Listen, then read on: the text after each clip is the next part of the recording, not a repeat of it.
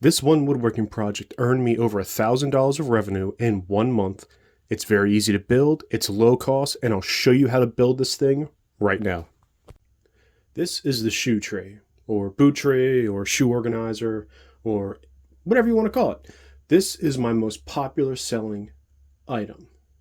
Now, for this item, I use poplar wood. It's a very easy wood to use. It's pretty low cost, and I think it stains very beautifully. And I also use an underlayment for the base there. The handles are decorative cabinet poles that I pick up from a local big box store.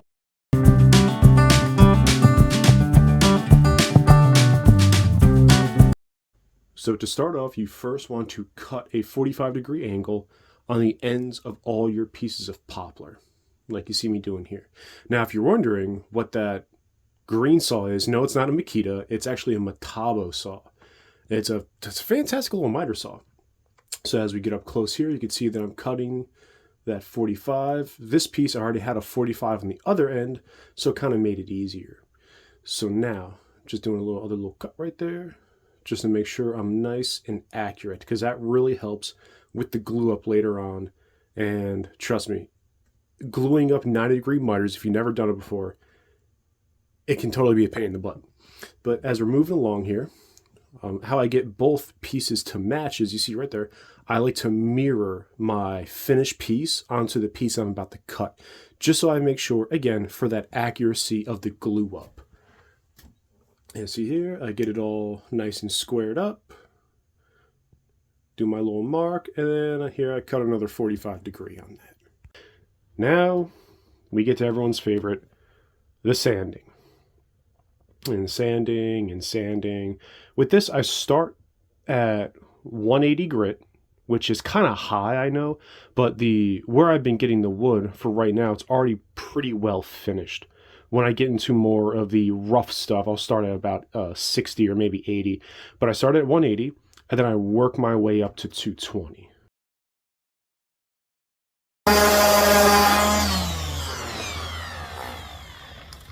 Okay, pause the voiceover real quick. Gotta see this wood grain. Oh.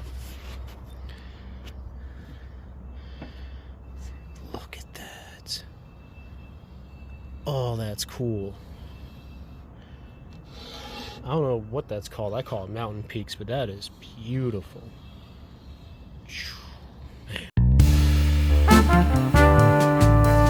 And now we're on to the glue up. As you can see, I get my sip of coffee because I need it for this.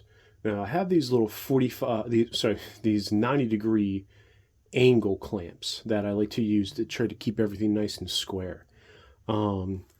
Now, if you have glued these up a lot and you know a better way than what I'm doing, please let me know down in the comments section. For the love of God, please tell me, because I hate gluing this up. I haven't found the right method to do it yet. So if you know a better method, please tell me down in the comments section. So I have my little glue to my edges there. Smear it on. And I just put them up together and start gluing.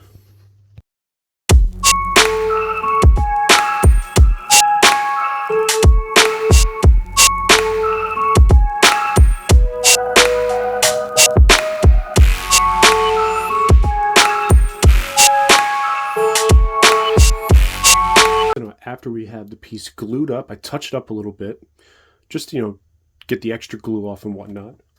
And now we need to cut out our base. So that's that piece of underlayment. I lay it out, and I just simply trace the frame over top of it. Now, my miter saw, if you guys watched one of my previous vlogs, at this point was still... I still had the issue with the miter saw. Go back and check that vlog as my Memorial Day weekend vlog. So I'm using my circular saw to make sure I don't cut into my workbench there, because that's not going to be good for anybody. And here we go. Chop, chop. Try to be nice and careful. Get a nice square cut. And boom. There we go. That's our base cut.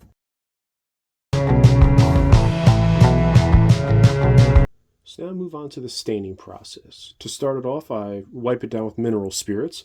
I forgot where the footage for that goes, but it's the same thing. as this really just mineral spirits, not pre-stain conditioner.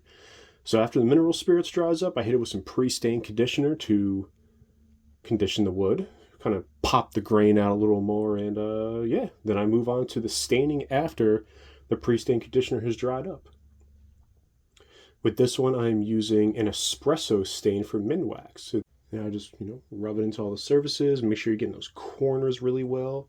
Right here, I'm using a rag, but I've also used those little angled sponge brushes, little black sponge brushes before. Those are huge help when getting into the corners. As you can see there, I gotta really jam my thumb in there to really get into there real good.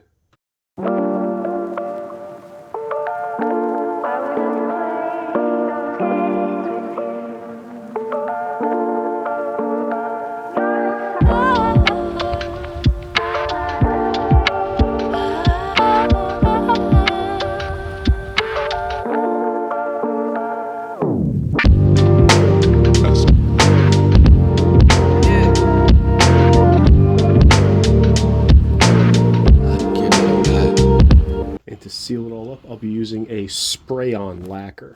I love using this stuff because it's easy to use, it applies evenly, and it dries 30 minutes in between coats.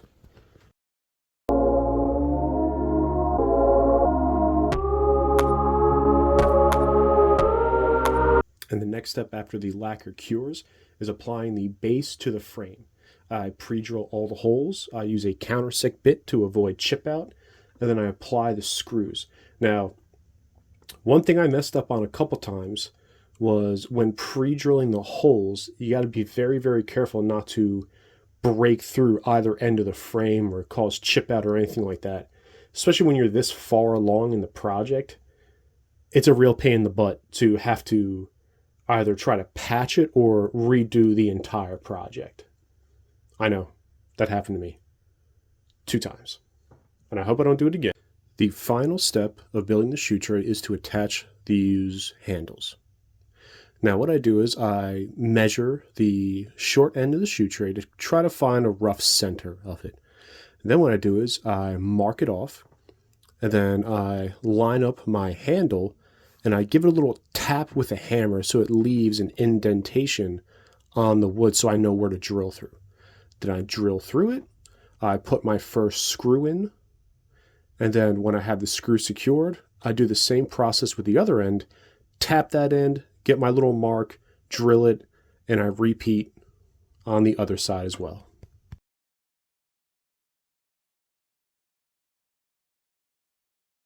And that's how you build the shoe tray. If you made it this far in the video, I want to say thank you. If you want to see more like this, hit the like and let me know down in the comment section. Subscribe for more woodworking and side hustle content. Thanks so much, and I hope to see you in the next one.